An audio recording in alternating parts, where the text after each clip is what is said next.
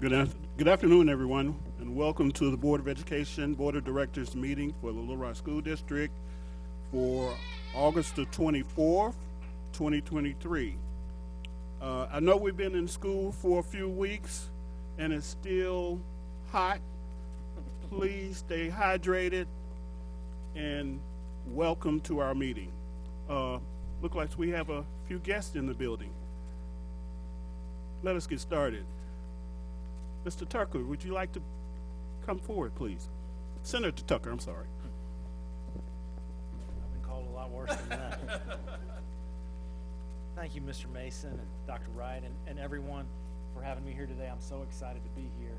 I'm always proud to be from Little Rock, but there are some times when I'm extra proud to be a product of the Little Rock School District and a graduate of Little Rock Central High, and these last 2 weeks are one of those times.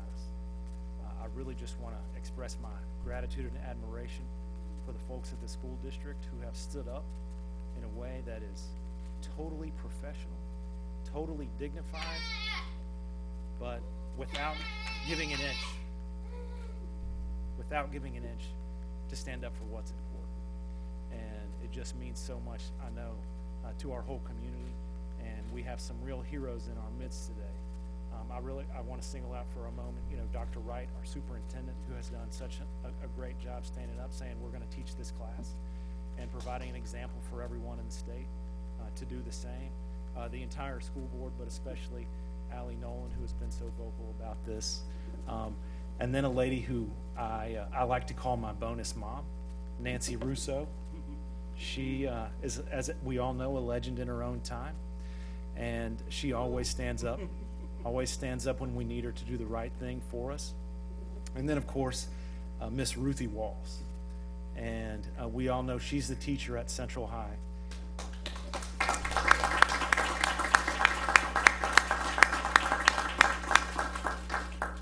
She's a teacher at Central High, and she's taught a lot of subjects over the years, but right now she's teaching AP African American Studies.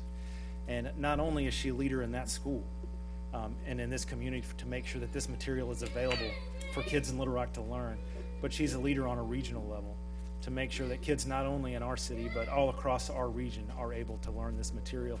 And we've had a lot of conversations about this class in the last couple weeks, and I made a comment that I wanted to try to raise the money for everyone in the Little Rock School District who was going to take the AP exam at the end of the year.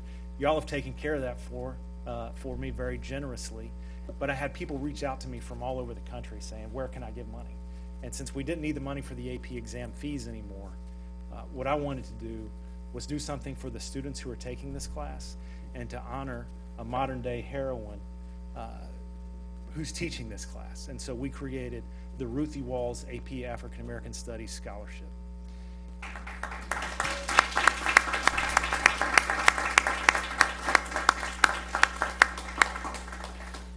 It's being housed at the Arkansas Community Foundation, and anyone can go online at their website and just search for the Ruthie Walls AP African American Studies Scholarship. It will come up. It's a 501c3, so it's tax deductible. You can give $1 or however much you want to give.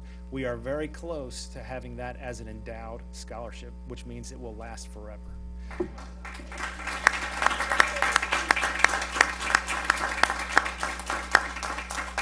And it'll be a gift every school year to the student who takes that course at Central High, who excels most in the course of study, and that's what it will be used for.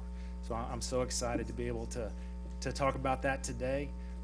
And with that, I'm going to turn it over to Ms. Nolan for the time being. Thank you so much, Senator Tucker. I can't think of a better way to honor Ms. Walls and our students than helping them continue their education. So I really appreciate you taking the lead on that. So right now, I would like Dr. Wright, Ms. Rousseau, and Ms. Walls to please come to the front and stand in front of the board members. I can't see you. I'm on Zoom. So please come to the front. I know that you do not know what is going on. Be surprised.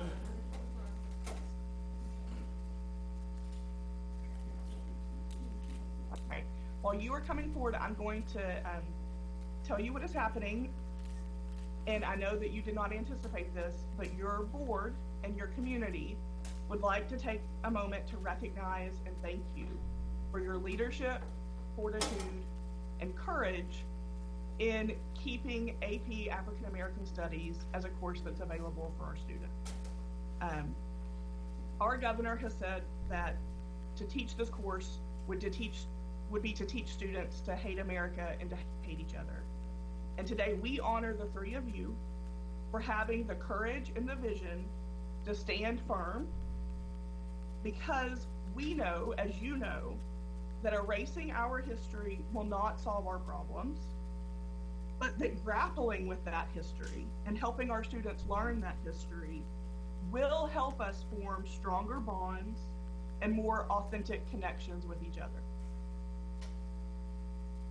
Now, our diversity as a district and as a community is a beautiful thing.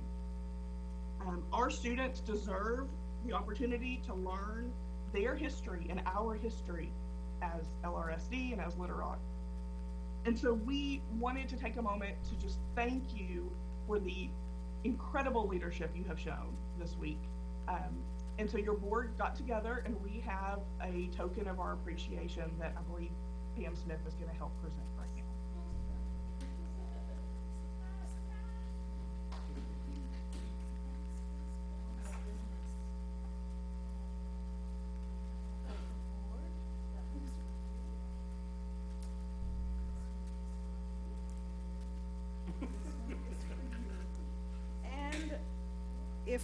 President, if I may. Yes, ma'am. If you all would come closer, because I can't see that far.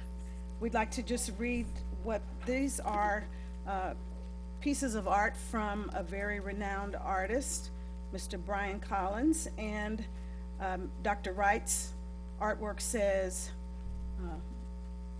blessings are free. Ms. Russo's says, we shall live in peace. And then, of course, very appropriately for Ms. Walls, fighting for the people.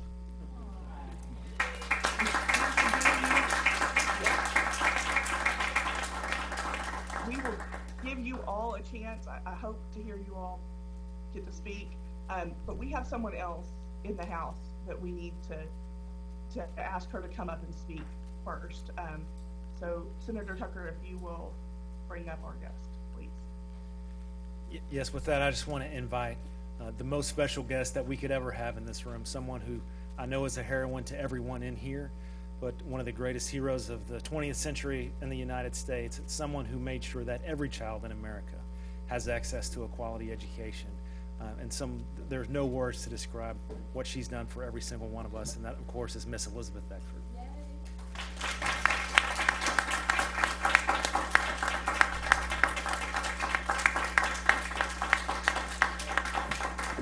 Thank you. African American history reveals the lived experiences of our people. I applaud efforts to teach the facts and consequences of American history. Evidence-based history is a remedy for exposure to myth-making. Historical truth deconstructs damaging myths of marginalized people omitted from popular history. Thank you, thank you, thank you.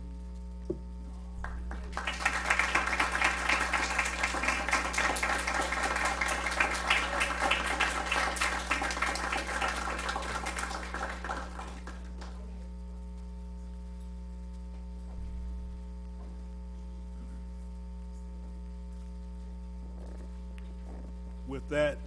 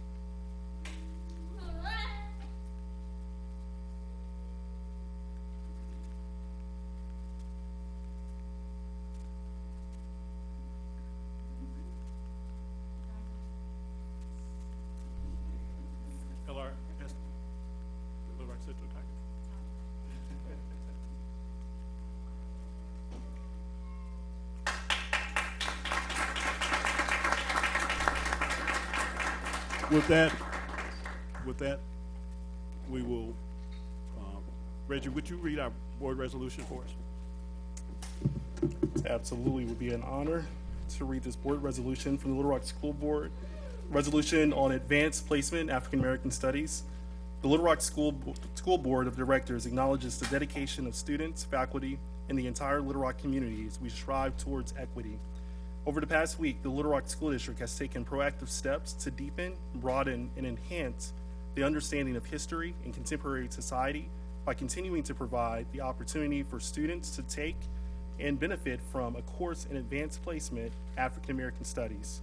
As part of the board's commitment to provide a rich and comprehensive learning experience for students, the board resolves the following: to stand with the administration in offering AP African American Studies, to welcome students, families from all backgrounds, orientations, and experiences, to support our educators who are committed to providing engaging and thought-provoking lessons that encourage critical thinking, empathy, and deep appreciation for cultural diversity, to affirm the AP African American Studies course will allow students to explore the complexities, contributions, and narratives that have shaped the African American experience throughout history, including Little Rock Central's inaugural role in America's history, and to strengthen our commitment to the mission of providing all children with extraordinary and equitable learning experiences and outcomes in support of being informed, compassionate, responsible global citizens.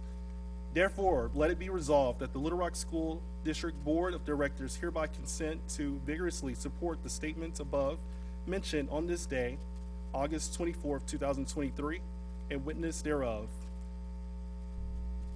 So you've heard the board resolution. Is there a motion for acceptance?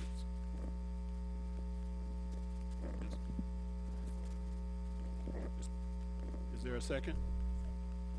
It's been moved by Director Evelyn Callaway. I know who you are. Second by Norma Johnson. All those in favor say aye. Aye. All opposers? The motion carries. Thank you. Now, Dr.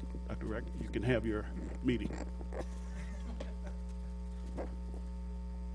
All right. Well, I'm hardly ever surprised by anything, and I'm a little surprised this evening. But I would just want to say thanks to our board for your support, and to our staff. It was really a no-brainer in terms of what our position would be, even before we had a chance to even discuss this as a group. So again, I'm thankful to work in a school district and to live in a community where we all unite and come together when need be, when it's time for us to take a stand against what we know is only right to do. And so again, thank you to our board, our staff, Ms. Walls, Principal Russo, and hopefully I know we just started this school year, but as we prepare for the upcoming school year, that we will have more opportunities for students to take this course in schools even outside of Central. And so we're not only looking to keep moving on this year, we're looking to expand and give all some additional students opportunities to be exposed to this course as well. So with that, I think we will moving on to our district celebrations. All right. And so we don't have that many, but we had lots of excitement and energy the first day of school with, I was stalling, waiting for the pictures to show up. All right, we had lots of excitement and energy the first day of school with many dads and father figures taking their children to school on the first day. As you can see illustrated here, it's a tradition here in the Little Rock School District. We also had great news coverage during the first week featuring several positive things happening in our schools. So from newspaper to television coverage, students and staff were shining. The photos you see here are from Forest Heights STEM Academy on the first day. Several of our staff students were up as early as 4:45 a.m. They were at the school. I believe you were there too.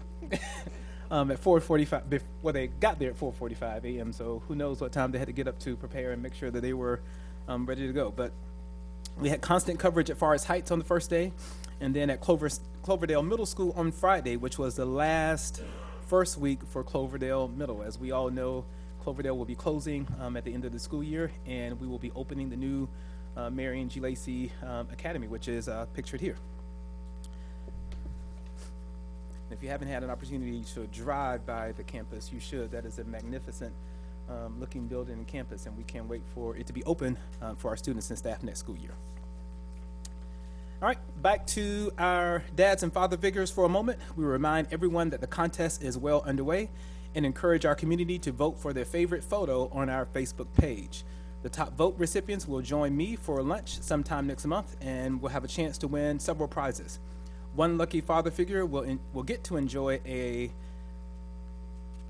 Razorback football game they experience when the Hogs come to town next weekend, compliments of our friend Muskie Harris. So make sure you go to our Facebook page, vote for your favorite picture.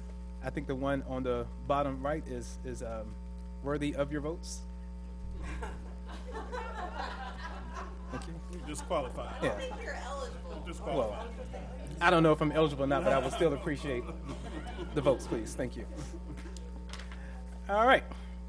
Congrats to Little Rock Central High School's Shruti Heber. Seems like every week we are announcing a new student with a perfect ACT score, and here is another. She joins 3 other Tigers with a 36, a perfect ACT score. Where is this? Recent statistics indicate that out of about 1.3 million students who took the ACT, only 4,055 actually achieved the perfect score. And we have 4 of those right here in the Little Rock School District. And we can proudly say that they are 4 of our very own at Little Rock Central High School. So congratulations to all 4 of those students. And speaking of Central, in other great news, we celebrated the groundbreaking for the new science wing and athletic facilities at Central a couple of weeks ago. We hosted a ceremonial groundbreaking earlier this month. The new athletic facilities are expected to be completed in 2024, and following in 2025, the new state-of-the-art science labs. Ms. Russo proudly announced that they were glad to be finally getting rid of the 21 portables that had been part of the campus for a couple of decades. All right. And keeping the Little Rock Central High School acknowledgements going, more congratulations are in order for the debate team of seniors. Jackson Mills and Jack Baker currently ranks number 2 in the country in the preseason. After weeks of debate camp at Wake Forest University this summer, Jack and Jackson advanced as the top seed, winning all 6 of their preliminary debates and ultimately advancing to the finals of the tournament. Little Rock Central High Speech and Debate is the only nationally ranked program in Arkansas and is the only Title I school in the top 10 programs in the nation. Way to go, Central, and lead sponsor, Ms. Rosie Valdez. So congratulations to our debate team and staff at Central High School.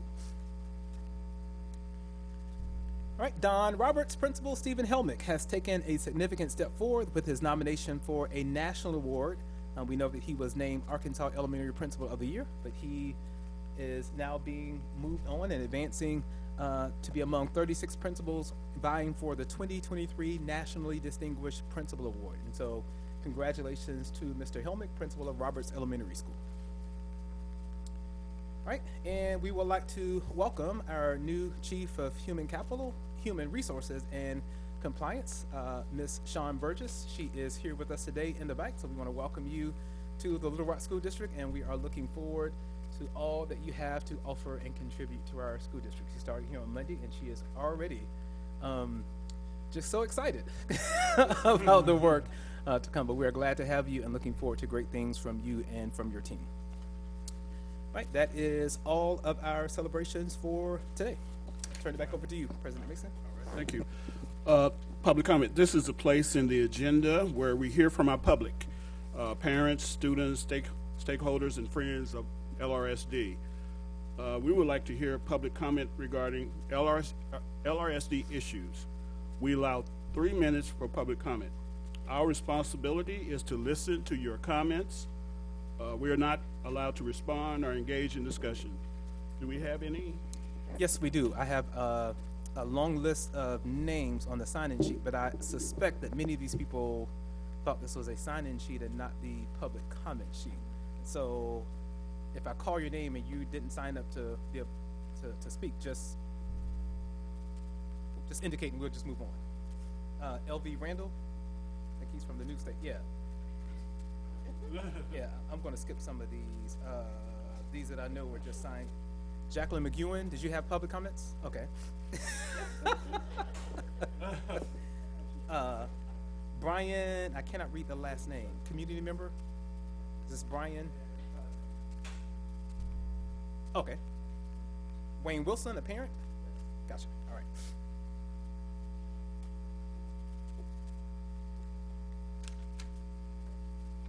First off, my name is Wayne Wilson. I'm a parent of a student in the district. Mine, things are not so much as a comment as it is. I would like to first thank the board for allowing me the opportunity to address you. First, I want to come here personally to thank Board President, Mr. Michael Mason, Mr. Reginald Ballard, Chief of Staff, and Mr. Michael Ellis, Director of Facilities and Maintenance, for their responsiveness to my inquiries regarding the Little Rock West High School project. They were very, very accommodating, responsive. They responded in a timely, and they were committed to ensuring that I was treated as a concerned parent and a valued community member. And so, gentlemen, I would like to thank you all for that. I really appreciate it. It meant a lot to me. It makes me realize that we have a committed board and individuals. And also, I was impressed with the ceremony you had earlier regarding the African American studies. And I had written something down with regard to that, if the board would indulge me. Okay? All right. Second, I would like to commend the district on making the decision to continue to provide complete American history by way of continuing to make available the Advanced Placement African American Studies curriculum to its students. The teaching of history of this great country should include the good, the bad, and the ugly, and be devoid of revisionism, sugarcoating, or denial. Speaking, teaching, or protesting the negatives of this country does not make you hate it or be less patriotic. It makes you better understand it and strive to continually make it better. Therefore, board, therefore, district, therefore, educators, thank you. Thank you all for your commitment to fully educate our kids. Thank you.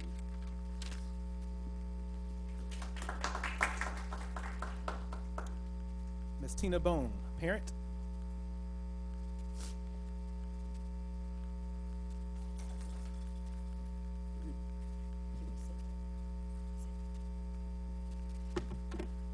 Good evening. My name's Tina Bone. You saw me fighting with my son, so he's actually outside right now. But that was my son, Hayes. This is Hayes's service dog, Kibo.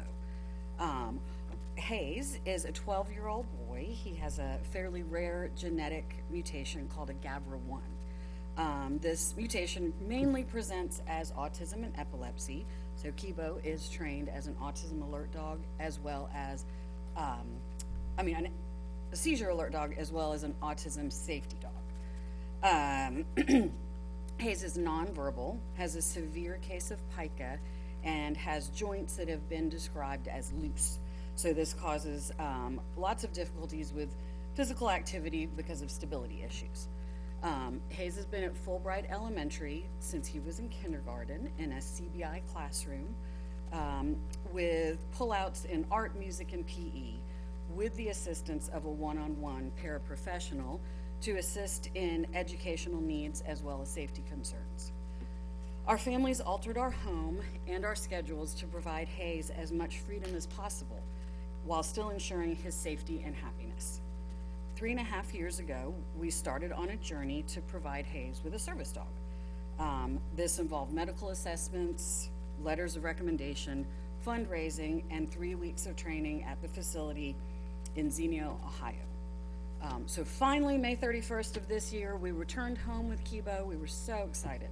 We immediately called the SPED department of Little Rock School District to set up a meeting.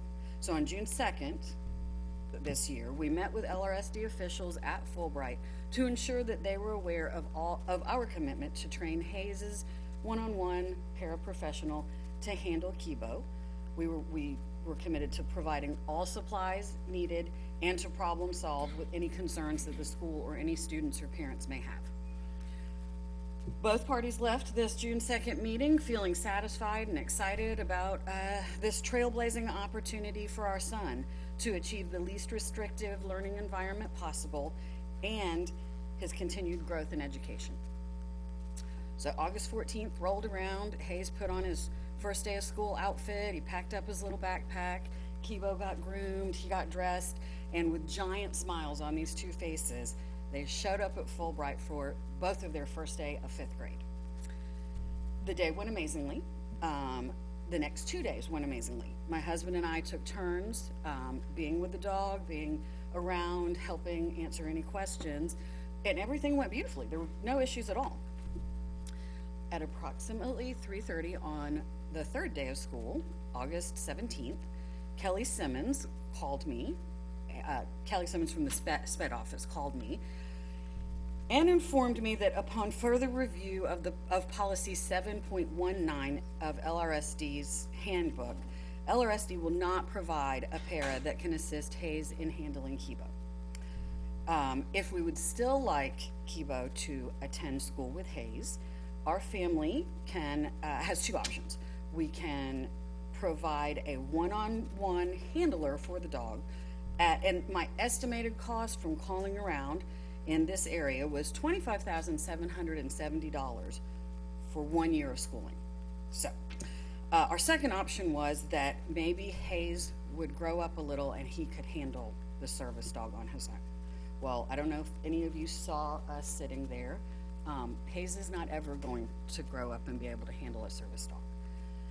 So, as you can imagine, this was devastating news to our family. We can't afford that expense.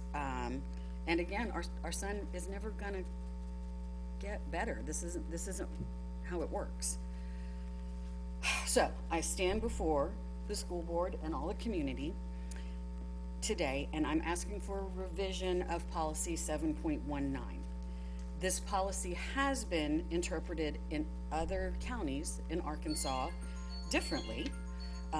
Benton Schools has a service animal that the para is assisting with. There are a few places in Fayetteville and a few places. Oh, I'm so sorry. Okay, and a few places in Bentonville. Thank you so much. I'm almost done here. So there are some places where it's been working a little differently. So policies are in place to protect and serve all students and employees of LRSD. It's my opinion that a revision of this policy can be achieved to benefit all of those that are affected. My family would happily volunteer to be part of a committee with all parties equally represented to come up with a solution and a resolution to this issue. So future students who are fortunate enough to be presented with this opportunity and this experience don't have to deal with this emotional roller coaster that has just been exhausting for our family. Thank you for your time and consideration, and I really look forward to finding a resolution soon. You're welcome. Are there any more individuals who signed up for public comment? Okay, what's your name? Angela Worker? Hunter, Miss Hunter, come on up.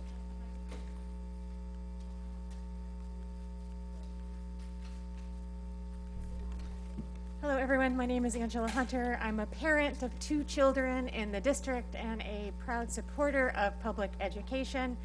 I had 2 comments. One was to support and to encourage you to continue to provide the African American Studies course, but after the affirmation that happened earlier, you don't need to hear from me on that. I just say I look forward to my children who are in middle school someday, hopefully having the opportunity to take the course. And my second comment, I'm one of the folks that has inquired periodically about air filtration in the district buildings. I saw that this is on the agenda today. I appreciate that very much. My main point was going to be that I think what parents and stakeholders need is very clear layperson's language about the status of the air. And one of the things the CDC, they've updated as of May 2023, their guidelines for buildings, and that includes schools. So I just want to make sure that we're following updated guidelines and that we can clearly affirm that we are following these CDC guidelines.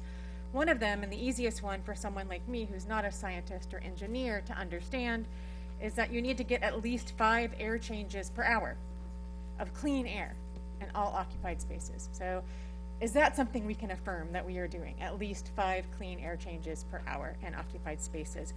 Otherwise, there are tools at the CDC website for buildings and schools that are for building managers and administrators to go through. Obviously, that's not me. But I just wanted to thank you for having this on the agenda later, this report. And again, I'm so very pleased to see the great encouragement for the African American Studies AP course. Thank you. All right, we'll move on with our agenda. District committee reports. Certified PPC. Ms. Austin. Good evening. Good evening. Oh, okay. Oh, good evening. I just hate to stand up here behind all the positivity that was going on. Tonight's PP. You can keep it positive. I'm trying. I promise you I am. But tonight I am going to have to address something that just will not go away, and that is the meetings after school.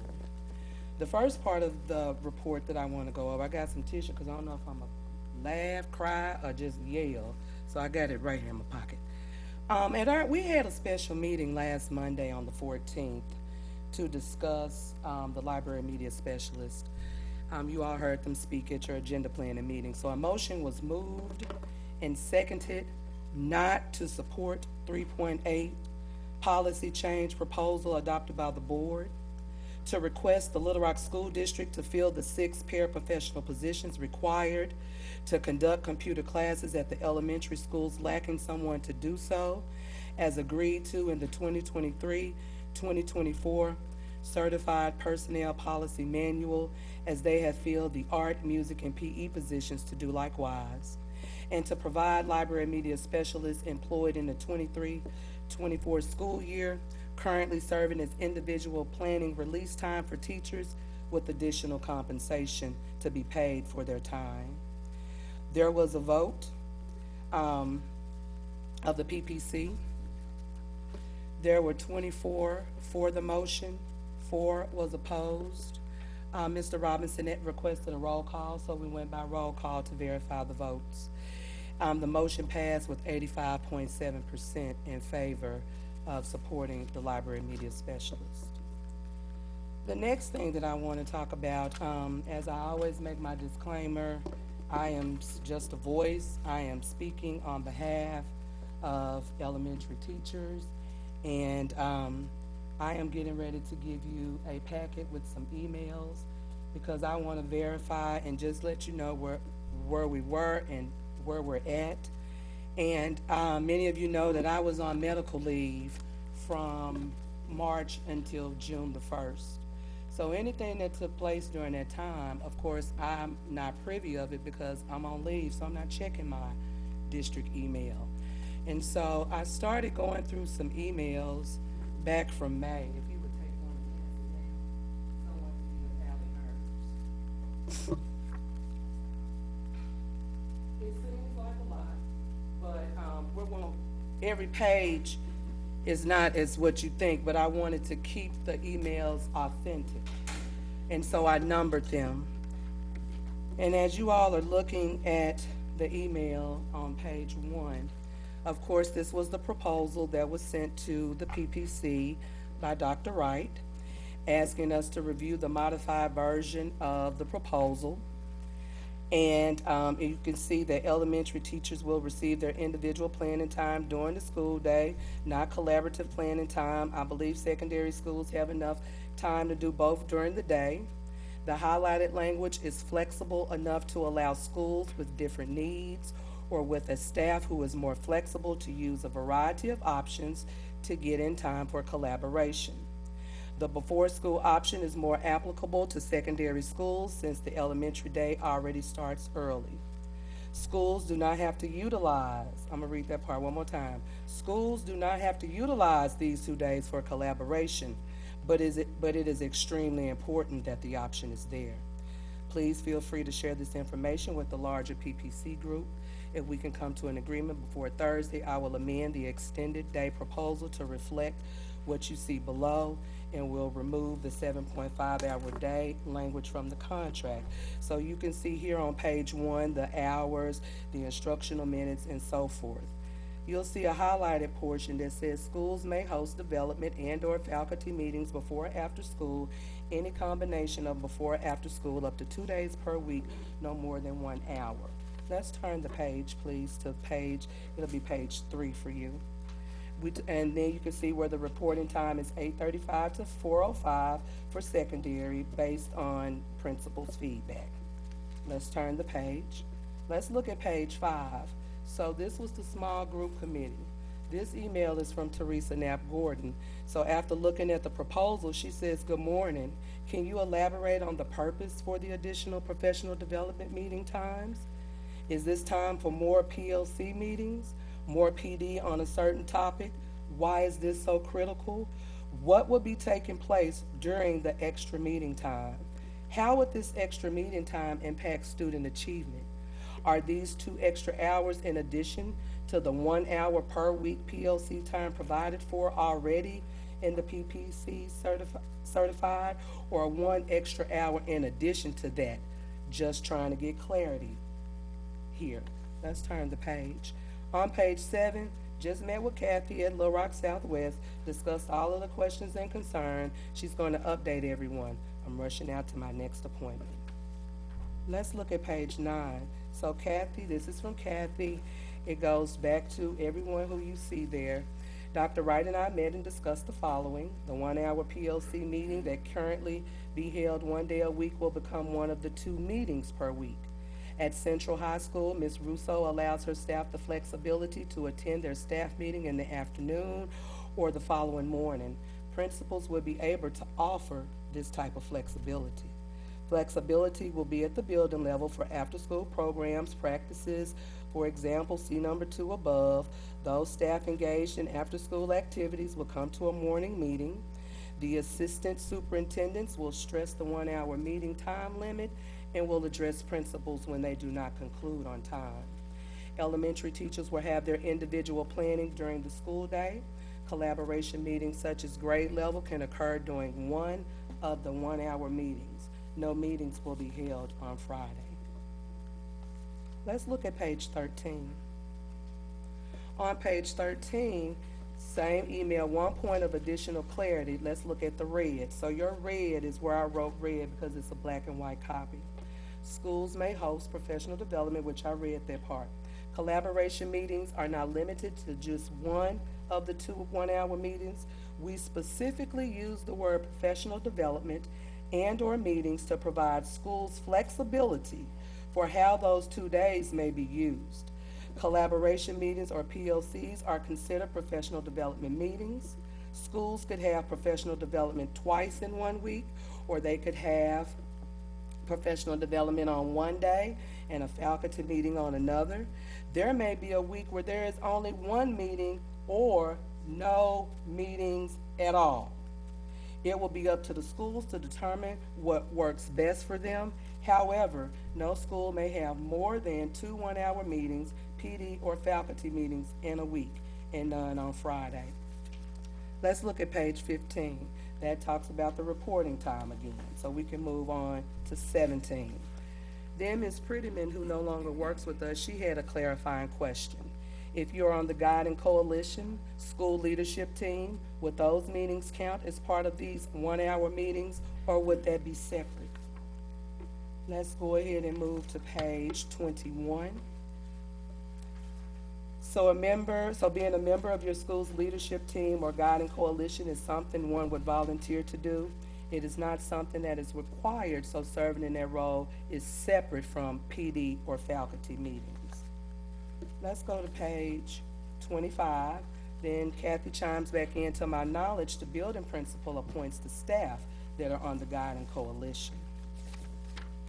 On page 29, Based on what you wrote, Dr. Wright, would it be possible to include suggestions of different types of meetings that fall under professional development or staff meetings?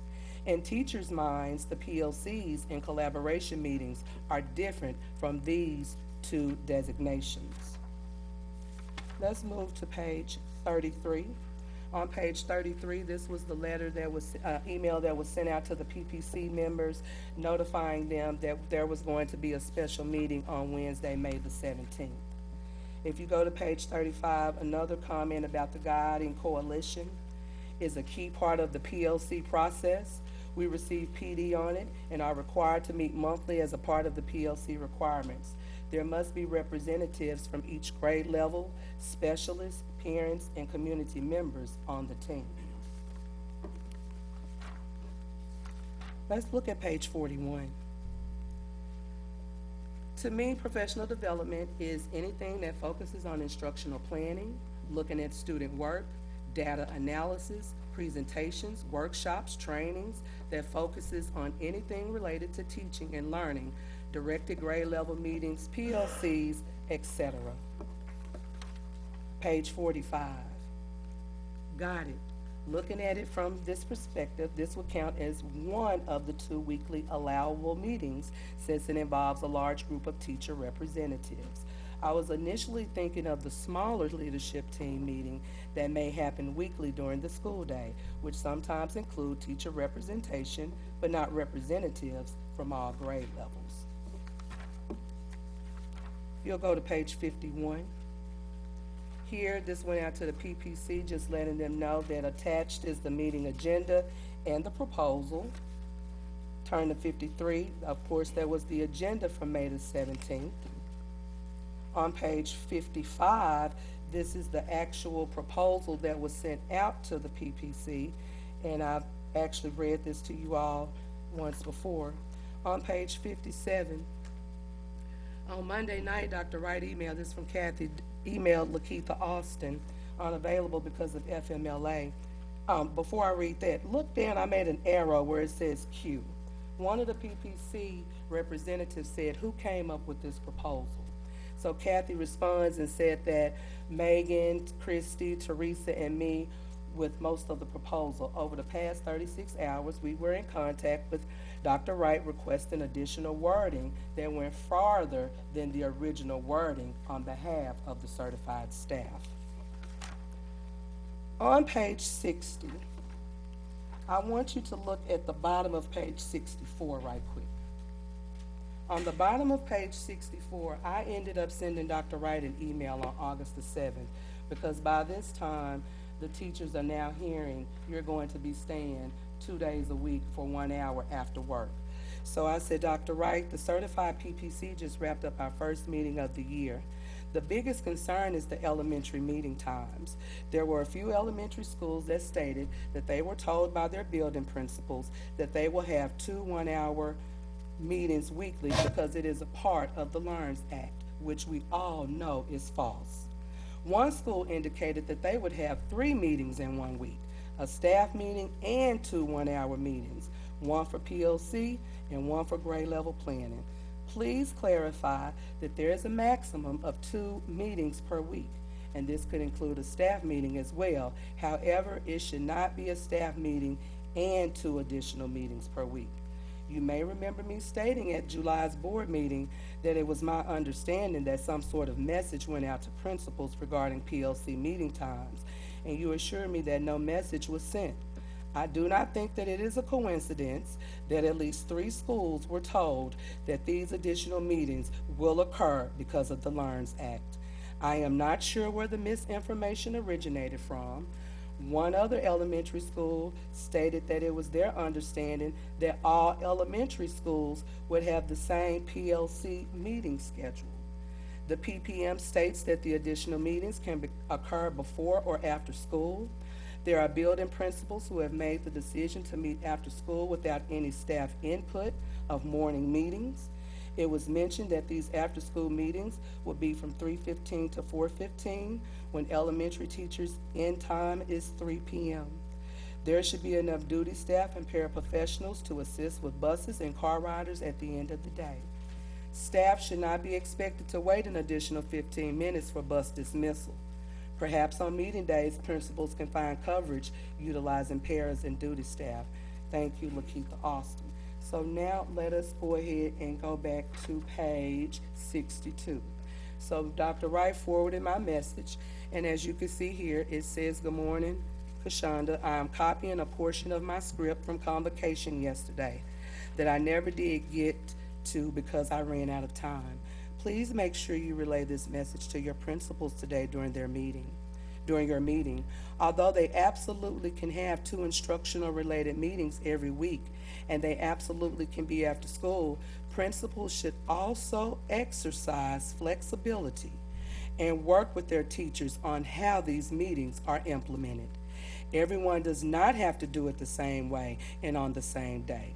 Let staff, with principals having the final say, figure out which options would work best for them. In my talking points below, I reference one possible option that teachers may want to exercise. They don't have to, but if they do, principals should allow this type of flexibility. We don't need to be dogmatic in how we go about this unless staff generally just don't want to cooperate or abide by the time provisions we put in place. I've heard comments to suggest that teachers don't want more time spent in useless meetings. I would agree. I don't want to waste my time sitting in meetings that could be an email or in meetings discussing and doing things that are irrelevant to what I need and or to what I do. I will also say that spending time in a weekly data doing those things I described earlier, or spending time in a planning meeting with my teammates, digging through a text and determining what scaffolds should be included in the lesson to ensure all students, regardless of their reading ability, can assess the text and use evidence to support text-based responses, verbally and in writing. Top of 63, or spending time with your math teammates engaging in the same type of action-based planning. These are not examples of useless meeting. These are examples of the types of meetings that should be happening consistently every week. If collaborative meeting time is not being used for these types of things, then yeah, they are useless meetings and should not be occurring. For our elementary teachers, listen, I get it, especially for those of you who are responsible for teaching all subjects to your students every day. It is hard, it is a hard and demanding job, and on some days, the last thing you want to do is to go to a meeting, but we also have to realize that these collaborative data and planning meetings are absolutely essential. And I also want you and your school leaders to realize that we can also be flexible when determining how these meetings occur. In cases where a team of elementary teachers may decide to use their individual planning time for collaborative team data or planning meetings instead of a meeting after school, I'm 200% positive that your principal will afford you that flexibility and autonomy to do so. Right, principals? Let's move on from this because we have been here for a while. Now that I can agree with. We've been here too long. When the PPC agreed to this document, all of these other things that are now happening has changed. They agreed to it because they were told that there would be flexibility. They agreed to it because they were told that they would have some say in how they would spend their time during those hours. So as I read earlier, it said there may not even be a meeting. Now the schools who weren't having meetings have been told that they now have to have meetings. And my thing is, if we're going to do something, I want us all to be upfront about it. Most of you all know me. I work in good faith, and to have the PPC to agree on something and then you start changing the guidelines, that's not fair at all. And so as I mentioned, I'm just a voice standing here. So I am requesting that the certified PPC be provided for every elementary school, their planning time in the day that goes beyond the minimum of the 200 minutes. Because we're going to have to figure out something a little bit better than what we're doing here. So now the schools who weren't having meetings, now if you're a level 2 or if you're a level 3, you got to have a meeting. But why was that not in the proposal from the get-go? Because I'm telling you, if they didn't know, if they knew all of the things that are happening now, I know that they wouldn't have voted for that. So I do want to see if we can do some more work in regards to this. I've also been told that during the conversation, another option was that the teachers could stay 30 minutes over each day, Monday through Thursday, so from 3 to 3:30. But I don't think any of the teachers ever heard that option for the elementary. So I'm just a little bit concerned because at the convocation, we stood up and we talked about all of this wellness, taking care of ourselves. You all, these last 9 days, especially for elementary, has gone from mental wellness to mental hellness. And I'm going to get ready and close. I want to read an email. Somebody gave someone my personal email address, and this is what it says. Hello, I am reaching out with a few questions regarding the after-school meetings. I would like to remain anonymous as I fear repercussions that will follow if my name were attached. It is my understanding that meetings after school are at the principal's discretion. My questions are: 1, is there a way the verbiage could include a maximum number of meetings that can be held monthly? From asking around, there are 2 very different takes. Schools are either not meeting at all or meeting every time. The difference is so vast, I was hoping that limiting the number of meetings could help those that are spending 8 extra hours per month in meetings when others are at 0. The second question I have, if a school is meeting all 8 times per month, what are the ramifications if someone does not attend? Are we susceptible to punishment for missing? Thanks for the clarification that you can give. And the last email, it came from Western Hills. Ms. Austin, good afternoon. Currently at Western Hills, we are required to meet every Monday and Wednesday from 3:05 to 4:05.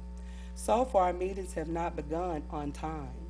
Teachers are not able to return from duty by 3:05, and last week we were intentionally held late when our agenda for the meeting wasn't finished by 4:05.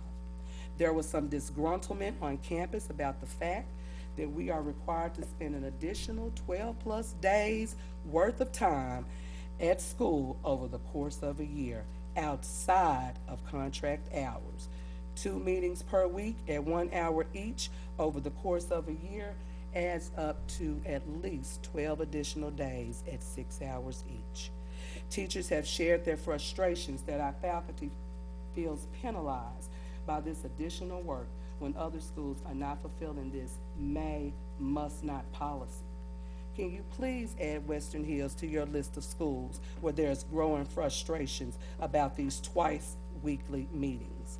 Finally, in case our principal does not relent in calling 2 meetings every week, can you please let me know if there are any criteria for determining whether an after-school meeting is in fact necessary? Is it totally at the discretion of the principal, or are the guidelines in place to help administration determine if calling an after-school meeting would indeed be the best practice? Thank you so much for your service to our district and for all of your help. We appreciate you. So in closing, for years, the teachers have continued to give up stuff. We've given up sub-deduct days where we used to have 4, we're down to 2. We've capped off our sick days. We've lost language. We've extended the day. We went from a contract of 192 days to 190. And it's like we continue to give, but it's not in return. So my voice is tired because the elementary is tired. And as I close, no disrespect at all. And congratulations to everybody who gets jobs in the Little Rock School District. But until we can get this under control with these paraprofessionals, we should not be out here creating positions with 6-digit figures and giving all of these bonuses and raises and increases while we got teachers who have families and kids who got to stay 2 hours over a week. It's ridiculous. And we have got to go back to the drawing board on this. As a teacher, I'm sorry, but I'm gonna say it. I would never want to teach elementary if we got to keep doing stuff like this for them. We've got to do something different, and it's just not fair. That is my board report, and I hope that we can get some resolution going because it has turned into, again, mental illness. Thank you. Yes, ma'am. Ready. Because I'm passionate and I get emotional. I know you do. And for somebody to send me an email to say they want to remain anonymous because they fear a repercussion of somebody who wake up every day and put their pants on one leg at a time, nobody is better than nobody. Whether you in central office or whether you in the Ragley's building in the district like myself, this is getting ridiculous. What is somebody trying to gain making elementary stay after school? You got your 15 minutes, now you got 2 more hours. It's not right. The PPC would have not voted on that if they knew all of this was going to happen after the fact. I'm sorry, Vicky, what was your question? I mean, take a moment. I'm sorry. You want some water? No, I'm fine. Oh, She I had forgot it. I had it. Thank you. Okay. I understand what you're saying. I've had these conversations with different people across the district, and always just said the PPC is working on it, right? So my question is, because it is exhaustive. I mean, this is a lot of emails going back and forth, and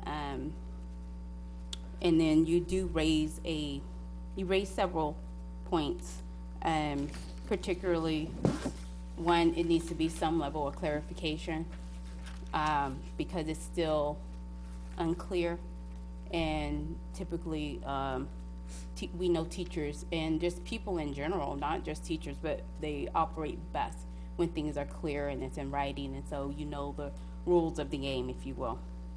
I would have and ask the superintendent to look at these contractual days. If it's truly adding up to 12 days outside of a contract, I think that that's a bit much, and we shouldn't continue to take from our campuses.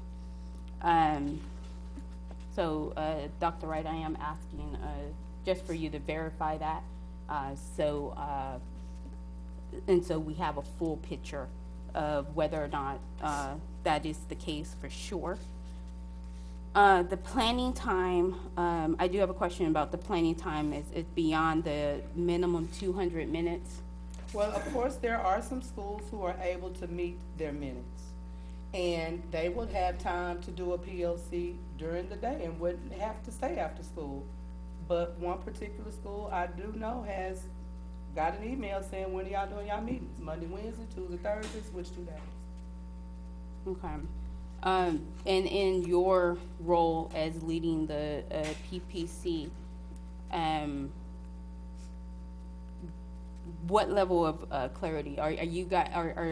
Will the PPC propose another policy revision to come back before the board? Which I do we think need that's to have exactly a meeting what we're going to with do, the which PPC? is why I'm requesting minutes for every elementary. I want to know what every elementary, what are their minutes that are beyond the minimum 200. Yeah, so we you're can tracking. see how we can utilize those minutes. Because in an ideal world, just because a principal wants to hold a meeting after school, even if it's a PLC, in the real world, PLCs are not whole group. 5th grade teachers, they're going to go do what they do, just like how I go to my team and talk. But if we just sitting in the building or in the media center or the library, wherever they're meeting, and it's not productive, because if we talking about something for 5th grade and here I am, 1st or 2nd, how is that beneficial to me? So I would even like to request, how are these after-school meetings set up? Are they whole group? Because from what I understand, Western Hills was chaotic on Monday. Okay, and my other question is, and this is just for my own personal clarity, because you know I like to deal in facts.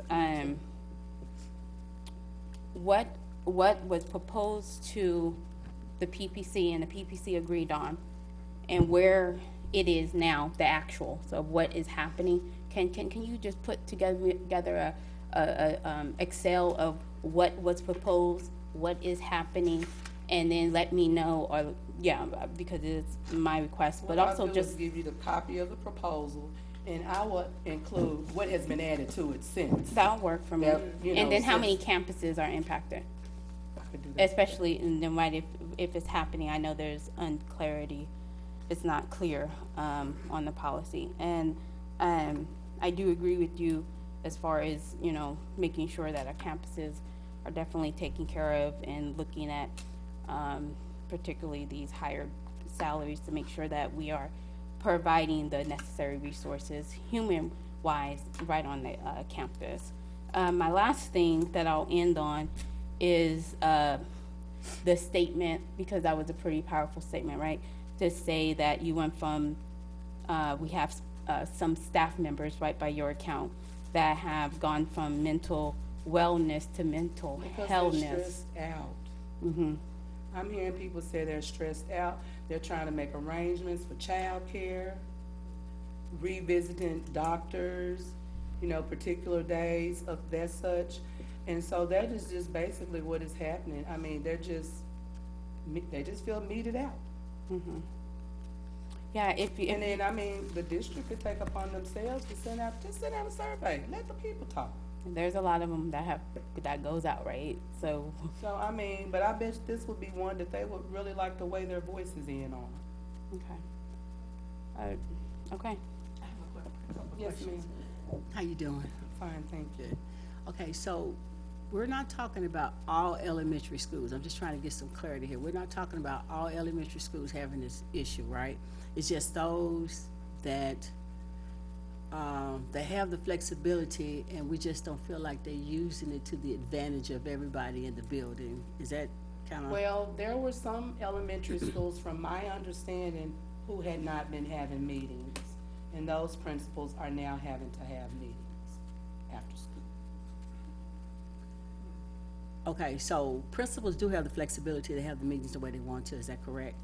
Well, it says that the teachers should be able to have some flexibility. Okay. And to speak to their principals about the flexibility, because to me, when we looked at it and it said, I'm sure you all could be flexible, right? But it really seems like the principals are saying wrong. So in other words, if they went to the principal, they felt like there'd be some repercussions behind it. Absolutely, and I really hate that they feel that way. I would really hate for anybody to feel like if you voice your opinion, something is going to happen. I don't know, maybe because I grew up in a single parent household, I'm just a tough cookie. Yeah. I'm just scared of dogs because they teeth sharp. Other than And they that, do I'm bite, just not huh? fearful of anybody. They do bite. It's, I'm just not. And do you guys, and this is along the lines of Director Johnson's questions, do the PPC still have that CCC committee? I can't remember what it stands for. It's CC? Yes, the culture committees within the buildings, yes. And then is this something that also have gone before them and? Well, that is by school, so I would not know what a school's cultural collaborative committee is doing. Again, I'm fortunate enough that I work in a building where we don't have issues like that. We don't have a single concern or complaint in our CCC box. Mrs. Ruffins is really good, that's why. Yes. And then, she just addresses it head on That's with right. whatever it is. Because I'm sure we probably, and I say we, I'm including elementary, secondary, I think that if we had the right information and it was said the way it needed to be said, it would have been different if you said, hey, if you're at a school that's a level 2 or level 3, you all are gonna have to go ahead and meet. Don't give us the flexibility and then afterwards you start tacking on. That's the part that has people Yeah. upset. Yeah, because it builds trust issues. It or- does. And collaboration. So, I would say not to, I don't want this conversation to be like this email trail. Right. But if those things that I raised can get answered, and then if the PPC is gonna do a revision of the policy or need a meeting of the minds with board members or whatever, just to get some of this fog cleared up to where we can then see what is going on so we can move forward, because it is the start of the new year. It is. And then if people are feeling mental healthness already, then That's not we a good need to correct that. And even So- myself yesterday, the only break that I had was my lunch, because on my prep, the first half, I had teaming. The second half, I had the sub. So I didn't get to grade anything. I didn't get to lesson plan. I didn't get to do anything. It's people already taking off. I have one more question. Can I ask a question? Yes, ma'am. Ms. Austin, really, since it's not everybody and it's targeted schools, and I'm not gonna ask you to do that in public, I wish they would just come out and say who's doing this. You know, I hear you, but it's not everybody, you're saying. Well, as I mentioned just a moment ago, it has been my understanding that there were a few schools who were not having meetings after school. And I heard that. And now they've been asked to have meetings after school. Was that a directive given to them probably from? From my understanding, if they receive an email, a directive. I don't know, I could find out. I could find out. And I think the directive went out because we got elementary against elementary now. Why your school meeting? Mine don't meet. So, you know. Well, and it sounds like there's a lot of crosstalk and a lot of people not really Rumors, taking, yes, you it know. is. Yeah. So if you could, you know, in your central location, provide some clarity and specificity, you know, to really help, you know, there to be what needs to be, because that's what we Absolutely. want to see. Yeah, Yeah. that's what I wanna see. Because with that, you can help us get a full picture. I put in instead a of being spreadsheet. one-sided. Okay. Good deal. I can do that, have no problem. I just have one little question. It's Yes, probably ma'am. just a reach. So by changing the policy, how do you think that would help? That's the be- reason why I need to see the minutes, so I can see what kind of time we working with. Oh, okay, so you think that would have an impact on, I'm sure that it would, but if, you know, the only way that we could try to help is by knowing which schools, because like we said, we know that there's at least 6 who was not getting all of their planning time last year, which was why they got got the backpack. Was that the library schools that came before us, or were they Could have different ones? been, you know, again, I I'm get you. secondary, Yeah. and like I say, I don't even know half of the people who reach out to me about these things, and I really I don't even know understand any elementary principals. So that's why I say I'm just a voice. To me, I'm just on the outside looking in. I'm not biased to anything. I'm just looking at how people are feeling. But I don't have any problem giving you information, but I will have a problem if an adult asks me to leave their name out of something because they feel fearful. I'm gonna leave their name out of something because they feel fearful. Right. Yeah, I've done that many times. We shouldn't have that. No, not at all. Yeah. So that just, you know, but anyway. Ms. Austin, Yes, sir. I would just say to you in representing the PPC, it is my hope and my goal that, you know, you can come up here and share whatever it is that you want to share. But in order for us to solve issues, I really would hope that even if it's just you and I communicating, or even the smaller group of the PPC, like, I hear the reports, but if there are specific places where these things are happening, if you can let me know so that we can address it and deal with it. 'Cause- Well, I sent you the email, and then we looked at your response about all of this flexibility, but it didn't happen. So I really did email No, you. if there are cases where teachers are proposing different ways to go about the meetings, and they're not being given consideration for those things, then that's an issue. And so that's what I'm talking about. Like, if you've got places where people are saying, hey, within our schedule, we can do this, or can we, you know, do it this way, and those things aren't being heard or even given consideration, that's what I'm talking about. Because what you're saying is, it sounds like the flexibility options that people are given, they're not being able to exercise them. And if there's cases where people are trying to exercise flexibilities and that's not happening, you need to like let us know, and then we could step in and have some conversation, do something about it. But it's hard to because I've been, and I know. Anyway, that's another point. And I will also say this, at our meeting, when I mentioned the flexibility, that was one of the number one things. They had never heard about it. And so the That's the information reason is why I not getting ended up down. sending an email in regards to the flexibility, because it had not been mentioned in some of those buildings, that you could have an option.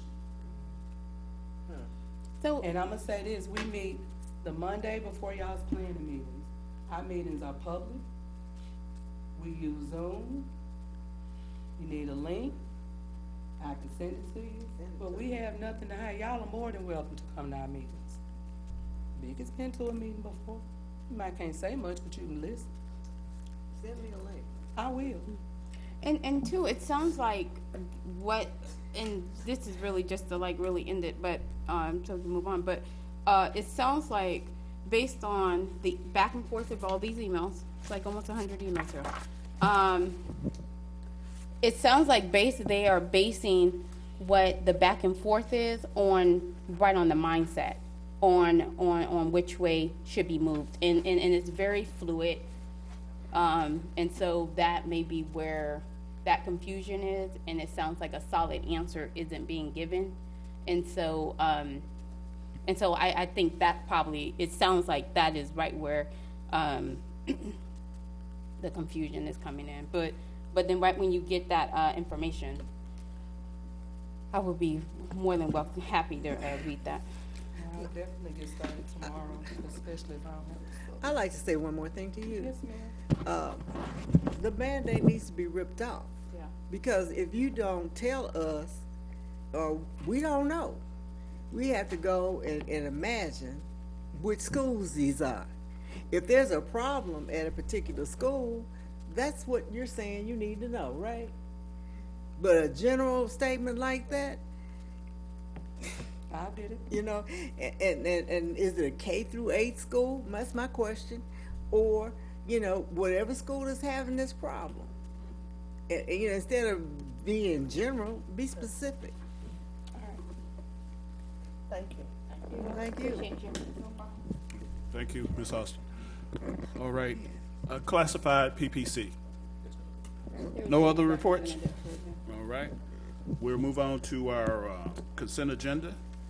Let me pull out the Imagine Library MOU for 2023-2028, 5.14, that was pulled out of the consent agenda. Any other unreadiness for items? Chair will entertain a motion. I move that the LRSD School Board approve the consent items as follows: personnel changes, purchasing reports, donations of property, student legal transfers, UAMS consulting position, Future Smiles Dental Clinic, MOU, City of Little Rock and our LRSD for our care, River Mountain Eye Care, Innovative Solutions for Educational Partnerships, Personal Care Billing Agreement, Arkansas Children's Hospital MOU, our care, Solution Tree MOU, 23-24 Insurance for Special Programs. Is there a second to the motion? A second. It's been moved by Director Johnson, second by Director Callaway. All those in favor say aye. I have a quick question. Oh, you got a question? Yeah, Go. are we with our, I noticed with the overlap of, I just noticed an overlap of a position, so I was just curious what if, that will be never mind. There's an overlap of a chief position I was curious about, never mind. All right. Any other unreadiness? All those in favor say aye. Aye. Aye. All opposed? Motion carries for the consent agenda. Next item on the agenda, we're moving on to Chief Deputy's area. Finance and Operations, 6.1.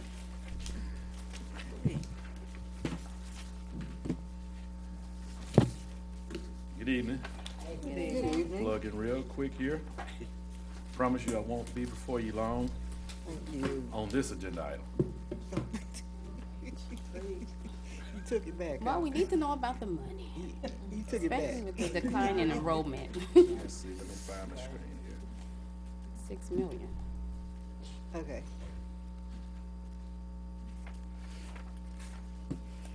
All right, so this is a requirement, a state law for us to have an annual school election budget. This is not your regular operating budget, but it's a budget for, be published in the paper when we have our annual school board election. So it's foreseeing, not this current fiscal year, but the next fiscal year based on the millage we have out there. So it's two parts on here. You have what's a resolution here, which it talks about adopting our millage is not gonna change anything. So, if you all, well, when y'all vote on this tonight, which is a requirement, we'll get it posted in the paper along with the ballots and all that. So, Mr. Trumper, Jack Stevens, actually assist us with that.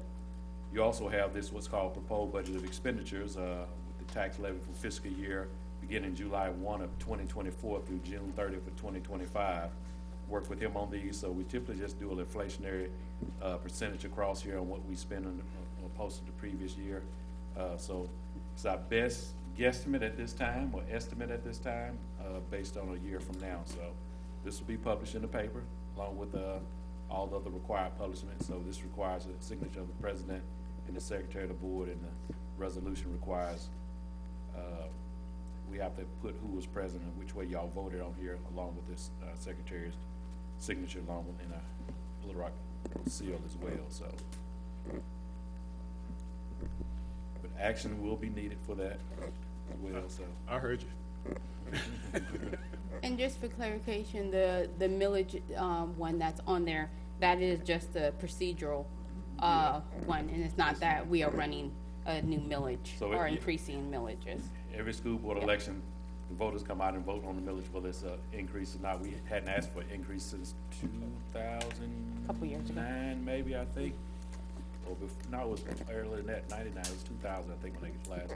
But it's 46.4, so you have 32 M&O mills, 12.4 for debt service, and 2 capital improvement mills, so, dedicated mills. So. Thank you. And that was more so right for the public. Yes. To be clear that it's not a millage increase, it's just a administrative thing that we have to do. Yes, ma'am. Y'all have any questions? No questions. Chair, entertain a motion, though. I move that the LRSD School Board approve the resolution and proposed budget of the expenditures and tax levy for the 2024-25 attached publication in accordance with state law. Second. It's moved by Director Wilson, second by Director Wesley. Any other unreadiness questions? All those in favor say aye. Aye. All opposed? Motion carries. Right.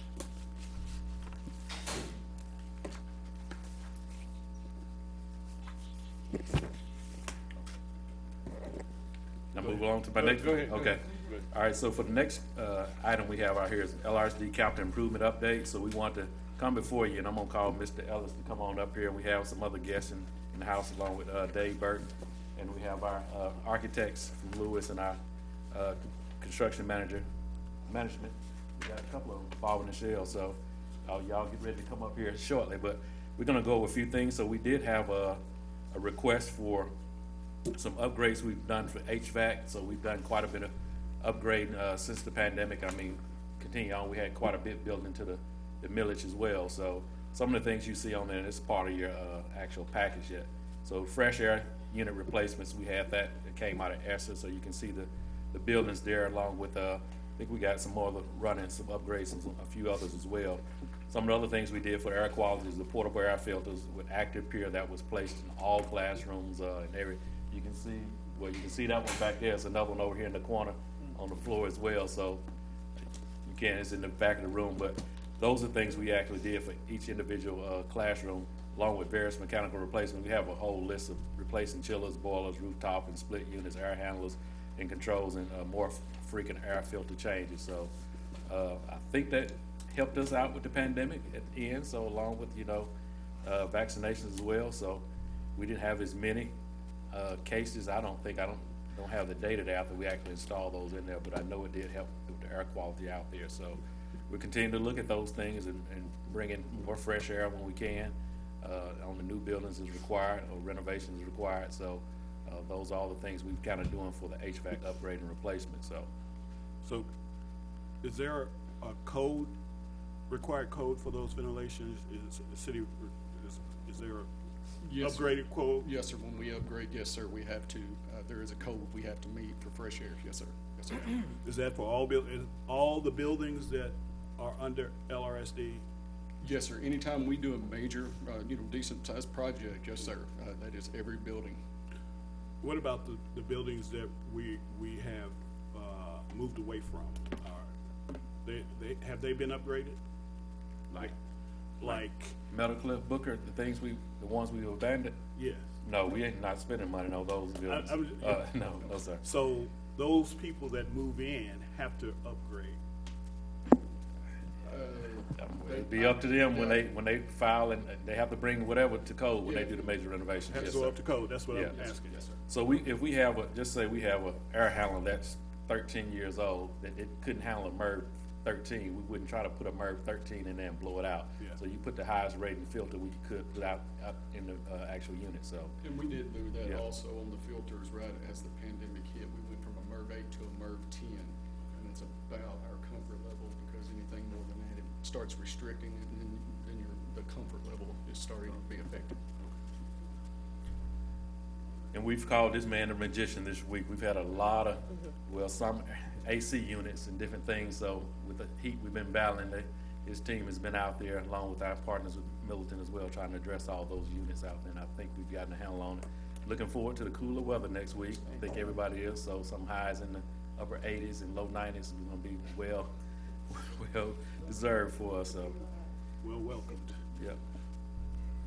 The next one is Dr. Marion G. Lacey, K8, so new construction. So I think Dr. Wright might have mentioned, or somebody mentioned it earlier, so if you hadn't gotten a chance to drive by that, go out there. I mean, they're making some great progress out there, so we're looking forward to that site coming on. But there's a few bullet points here, just 75,000 square foot insulated building, metal panels being installed, and you can see some other things that's going on right now.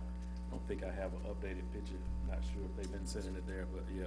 We'll try to get some pictures sent out to you all if you hadn't gotten a chance to get by there off of the old McClellan site. Completion date on time? Okay. Central High, we talked a little bit about that. Many of you all were at the groundbreaking, so this is our major project, so it's going on. I don't know if you want to say anything about that, Mr. Ellis, anything Yeah, I specific? actually have Mr. Burke here. He's the over that project for us. But yeah, we're rocking and rolling. We got the portables in place, the temporary portables. That was a little chore. Kind of got hung up with energy a little bit, getting us power over there. So no, everything's going great, and I spoke to Ms. Russo. They're starting to get comfortable in there. So, but no, there's a lot of work going over there. You can drive by that place looks totally different. So we got a lot of stuff. Everything's still on schedule there. So And on budget, right? yeah, on budget, yes, sir. The next one is actually Rockefeller Early Childhood, and I think I have some pictures attached maybe on that one. Let's see. So you have a couple of things on there. Rockefeller is going to be a great renovation here. Looking forward to that. A lot of people that attended early childhood there as well. So you can see some of the things they're doing. You can see the walls and floors are coming up and different things. So I think we're still on schedule. Yes. With that one as well. So if you ever been in Rockefeller, it was an open area school. So and a big part of it, they didn't actually have walls and different things. So it's going to enclose some of those rooms, and then some of the rooms that were enclosed, it had like, you would look at it as a sunken den, maybe in the house. You come in the room and it take down a step or so, and kids. So we're getting rid of all that, so it won't be any kind of hazard there. So looking forward to that coming back online. When is that one coming online? Next year? Yeah, it's next year. yes. And then we can get to our big one, our West Little Rock West, new construction here, so we have all the big players here. So one of the things on here, we had a pretty aggressive timeline when we looked at this project. We thought we could probably get it finished and open by the fall of '25. We met some challenges. We went back to the community quite a few more times to make sure we got their input in design and different things. So kind of threw us off the schedule a little bit along. This one's gonna be pushed out to the fall of 2026. So it's gonna be delayed a year. So that's, come on up here, fellas. I'm gonna let them talk a little bit about where we are right now. So I think we've jumped through a few hoops and got some approvals in different areas, but I have the team behind me that's gonna talk a little bit about some of those. And you have some of these attachments out there as well, and it'll kind of show you some of the review status where we've gotten approval from the Health Department for plumbing, engineering, Health Department for food, Little Rock Fire Marshal. We're still waiting on some pending approval, I think, from the Department of Education. But I'm gonna let the experts kind of talk a little bit about that, and I do have some pics available as well on the design we can pull up a little bit later. So, you want to go first? So I'm grateful to be a part of this project, and so the design is. This is the architect. Yeah, I'm John McMorrin, Lewis Architects. The process we're in right now is to finish up the construction documents to be able to hand over to the construction manager, get the pricing, and get the project started. And so in the process of that, finishing up those drawings, we submit the whole set to the Health Department, Fire Marshal, Department of Education. And so we've got the approvals, waiting on some comments back from the Department of Education, which we've checked with them today. We think we're gonna get some comments next week. Once we get those comments, we have a couple of weeks of work to be able to clean some things up, respond, and make sure we get those last minute approvals. So is that the US or the Arkansas? No, it's Arkansas. Yeah. The Department of Ed, they review, make sure that the classrooms are the right size and some of their minimum standards, and we're well beyond all that. And so we need to, but we have to have their sign off.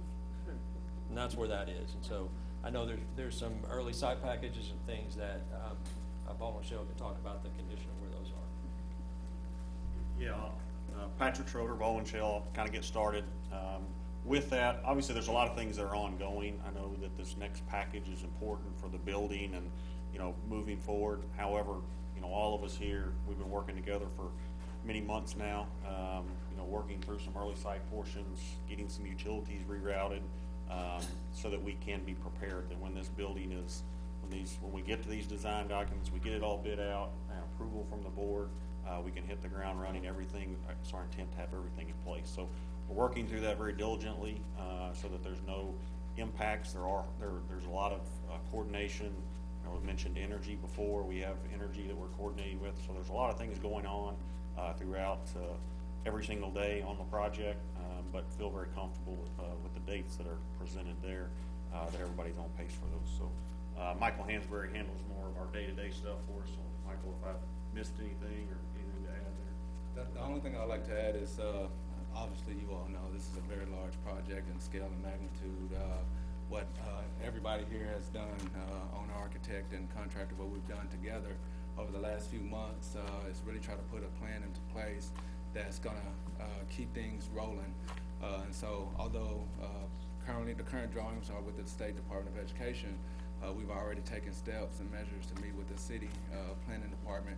They're already reviewing agency review drawings. We've met with the local fire marshal as well, and so we're already trying to do those things in the background. So when we do receive those approvals, we're that much further ahead. And so Patrick mentioned earlier rerouting of the local utilities. That's a major undertaking, and that process is going to take many months.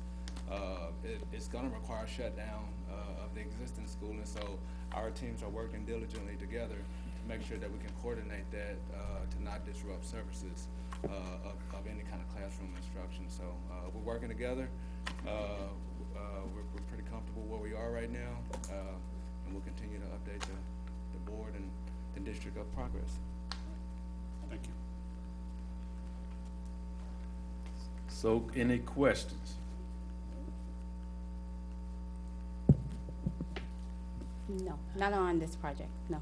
Okay. Power Hello, Baldwin and Shell, and architect. Yeah. So it makes it a little more difficult when you're working around an active site with a middle school and a high school there as well. So they have to be very careful on things and plan things more meticulously. So, you know, the traffic out there as well. So it's a lot that goes into that, so. All right. So that's pretty much the update from that aspect, unless y'all have any questions. No action is needed on this, I don't think. Hey, so the deadline, the completion will be. So we just need to let people know that. So we're targeting fall 2026. Okay. Currently, at the moment, we're on pace for that. If anything happens, you all be the first to know. But currently, right now, we're on pace for that. And So that's opening the door. Yes, sir. Okay. Mr. Mason, and just a clarification. Yes, so we have Lacey Academy and Rockefeller for next fall 24, and then the Central projects for fall 25. Central Fieldhouse will be fall of next year. Fall 24. Okay. Looking right after probably first part of January for the Okay. I would say fall on that one as well, for move-in purposes. I don't know if they want to split, that mid-year. Yeah. Right. So completion of all the Central by fall 25, and then West Little Rock High School fall 26. Okay. Thank you. Mr. Bailey, you know, I'm Yes, getting ma'am. older up here, so I don't remember. Now, who is the gentleman right behind you? Who just Right finished here? speaking? Yeah. Oh, that's my magician. That's Mr. Michael Ellis. Is our director of maintenance and operations. So. Oh, that's why I don't know you. Oh, okay. I didn't. Yes. I've been here Oh. for 15 Yeah. years. I was the maintenance supervisor. Okay. Not Okay. quite 15 yet. 14 in a piece. Okay. I know because he was the first person I signed off on when I got here to hire, so he came in as our control Oh, specialist. okay. So Yeah. There's a Right big there, question mark, a cloud around you. Who were you? Okay. Question. Okay. So we got those projects. I need to know about Parkview. So, what's going on with Parkview, and where is that? Because it fell through the cracks, and it fell. We kept getting updates on it, and then once we pushed some more, we found out that things didn't happen. So, can you tell us where you guys are? Because the last I heard is that that we had to start our over. So where are we at on Parkview Auditorium? Do we have to put bids out? Who's doing it? Is Baldwin? Who's doing it? Who's doing Parkview? So we hadn't actually selected. So I think the last update we had. So we were working with administration at that time. Administration changed over. We're reconnecting with the architect and the new administration. So it's going to be going. It hadn't really taken off at this point. So it was another. Been talking about athletic facilities and probably more comprehensive, just overall of Parkview as well. So auditorium was one piece of it. We have some issues or some requests for the gym and some ADA compliant things as well. So gonna try to get all that stuff wrapped up. So these things, once we get them off, hopefully with the new existing administration now at Parkview, give that direction there. It just kind of, it just fell. We pushed it for a while, but it just didn't. I understand about the last so one. I don't want to get it. So my question is, one, we need a time, or I need a timeline. Parents want to know. I do have a meeting set up with our parents want to meet about those things, as well as. I was asking for the Oh no, that's fine. I wanted to make sure y'all had your time, and then and so we could provide a schedule of projects on when the auditorium is going to be remodeled, or the renovations of that, the ADA stuff, the track and field stuff, and I thought it was 4 things, but I don't remember what the other one is, but I'm sure you guys already know what those are. And so like if I can get a timeline, and so we'll know like when is the bidding or have you guys already selected? Is it We Baldwin? haven't, we're still, we have to design that. So the athletic components just came into play. So they've just started meeting on those. the auditorium was actually in the debt extension Yeah, project, so the other exactly. parts hadn't been out there, so we just gotta see what the price is gonna be for everything. The auditorium is gonna move forward because we had the auditorium there along with the auditorium at, Dunbar, and I think maybe, I have to look back on that. So can we, because the auditorium is already gonna be taken care of, it's paid for, right? Because that's the millage. So can we, put a sign, of, usage of one of those millage dollars in front of Parkview with a targeted date on when that will be done? Because that would be the first project that will get done, right, since the money is already there for it. The other part, you guys are gonna have to do the assessments and so the specs. The other thing that I would, ask again is, right when those plannings get going as far as when, the renovations will start, to inform the school, not a week or a month or but give them a nice leadway, because the auditorium is while it's being renovated, it is going to have an impact right on our theater and arts and orchestra and all of that. And so that is one of the things that I know staff there wanted me to lift up, and so I decided just to do it right now. So when do you think I can get a timeline? We'll give you over the next give us a quarter on it. So the next quarter, a little update. So one thing about like a So project. at the end of this semester or I would say the end October of the report semester, cards? Yeah. Okay. We have something.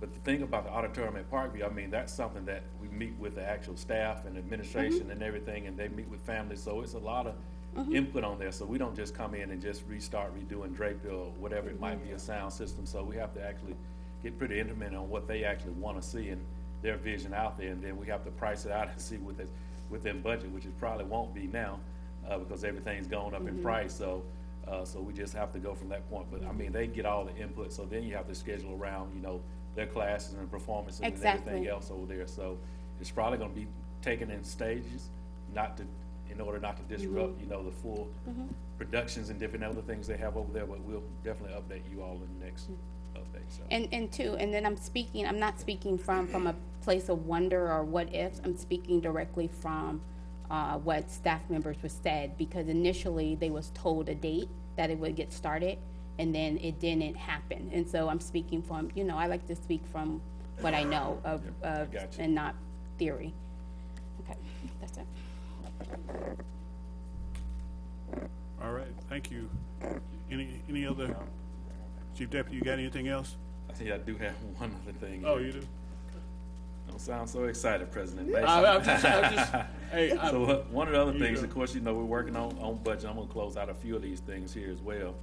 So on the last meeting, we asked about if y'all had any suggestions, anything, how you want to see anything presented. So I hadn't heard anything back yet. So probably maybe the same format, but show you a few things like what we actually look at on formulating this budget for the upcoming year. So we're still working a lot on personnel and different other things, enrollment, based on enrollment figures and stuff. But just kind of wanted to show you our assessment here and what our actual revenue.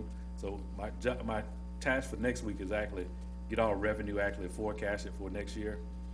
So based on past year performance and what we've actually seen in appreciation of property values, we're looking at almost an 8% increase across there. All that, of course, we won't take a whole 8% increase. We'll probably be looking at somewhere 5.5%, maybe a 6% increase over this current year. Collections for actual tax revenue. Some of the things you will notice on here, our state funding is going to go down, our foundation funding, quite a bit. It's going to go down about $7.6 million based on our enrollment loss here of 25-18. So we lost about 501 students on our third quarter. So we'll lose some of that funding. We're going to get about 2.9 in decline in enrollment to help kind of soft landing on that, but it doesn't make up for all of that loss. So we have to make up a little bit on the actual tax revenue. Show you the ESA as well, Enhanced Student Achievement Funding. This kind of shows you historical kind of peak. So when we, I think 2009 or 10, we were probably at 60-something%. We worked very hard to get over that 70%, and we're pushing now to get those meal applications in. But you can notice on ESA funding, so that helps pay for our early childhood, many of our paraprofessionals, after-school tutoring, and some of our summer programming as well. And a big part of our ALE as well is paid out of this as well. So we transfer this from our ESA to our ALE fund. So what we're looking for in this upcoming year right now, so you can kind of see the decline here. So we're at roughly 21, we're at 15,000, 22, 15,000, then we dropped to 14,310. What the legislation did, or AD did at that time, was actually hold this, what's called hold harmless. So districts wouldn't lose money based on being in a pandemic and not being able to collect applications as much. So they held our funding the same for these 2 years here based on this. So this year, it's based on our actual meal application that came in. We're at 14,213 for last year. So the funding for this year was gonna actually be $15.3 million. So it was gonna be about the same what it would have been last year if we wouldn't have had that whole harmless part in there. So that's gonna be a reduction of about 752,000. So we just have to make adjustments accordingly.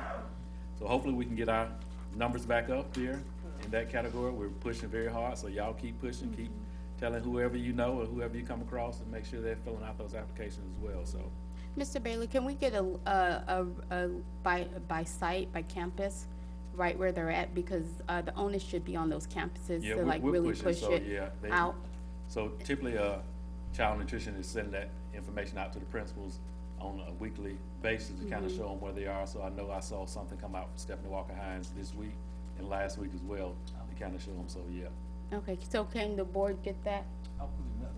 Okay, and so like monthly updates, and so we're not pushing at the last point to get these applications in?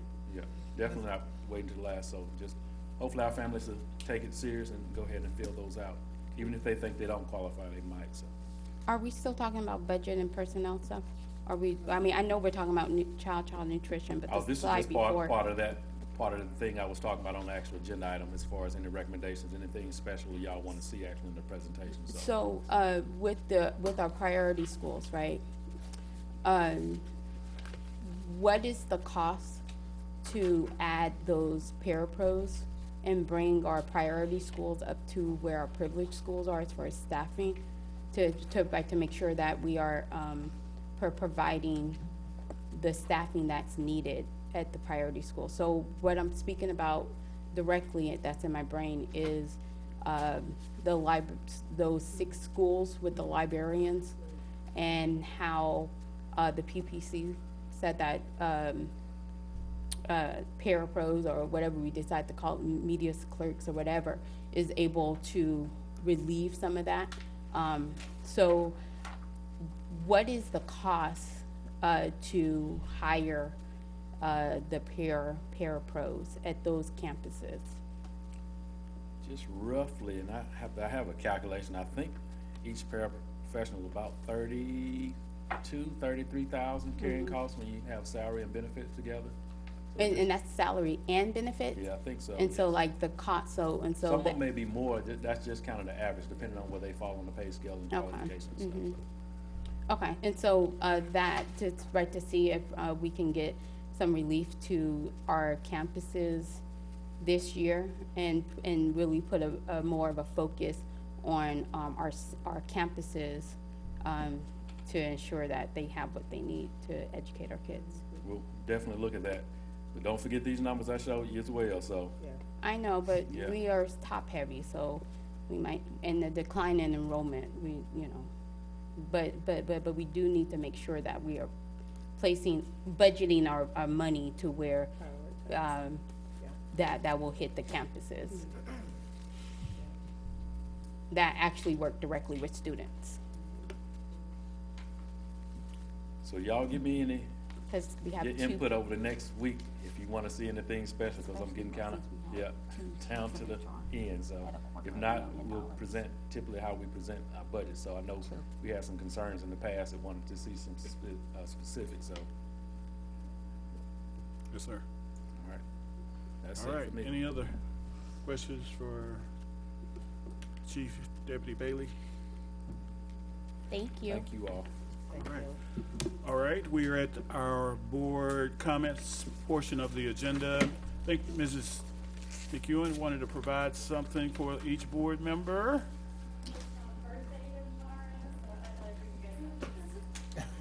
It's your birthday? Oh.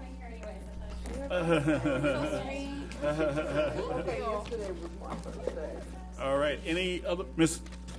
Burgess, would you like to make any comments since your first meeting? You want to say something to us? Do we want the other chief to say something too, since we have two of us? Who? Our other chief, we have two chiefs of HR right now, $250,000. Hi, welcome. Good evening. Thank you. Thank you so much for having me. I am extremely excited to be here, and I cannot believe we're day 9. And we're working towards trying to get our schools completely staffed. Dr. Fields and I have been working feverishly with under Dr. Wright's leadership, and we are excited for what we are about to embark on for the 23-24 school year. Thank you. Welcome. Thank you. Thank you. Thank you. Any other board comments? I'm trying to get out of here about 7:30. One real quick, Mr. Mason, can you hear me? Oh, yes.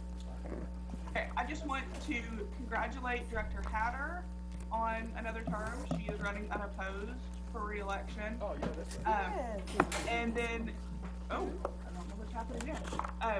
I just also want to congratulate Anna Strong. Her opponent has withdrawn from the race, and so it looks like Anna Strong will be the new board member from Zone 5 when my term ends. And so I just want to congratulate both Director Hatter and Ms. Strong on serving the board. And also, I want to thank you, Director Nolan. I want to thank you for being on CNN and being national news for us. Thank you so much for representing us. I appreciate that. I'm glad that I have the opportunity to say this. People see that, and it's wonderful to have the opportunity to represent us and be able to talk about why continuing this course is important. But there is so much that every board member is doing that people don't necessarily see, and that we each have different things that we're able to contribute and strengths. And so, that is one way that I was able to contribute. But I hope that the ways that all the other board members have been contributing on this issue, have been providing guidance and support for Dr. Wright and for his staff. I really hope that also comes to the forefront, because I am really proud of us as a board for standing together on this issue. Thank you, ma'am. Any other comments? Congratulations, Anna Strong. Can't wait to serve with you.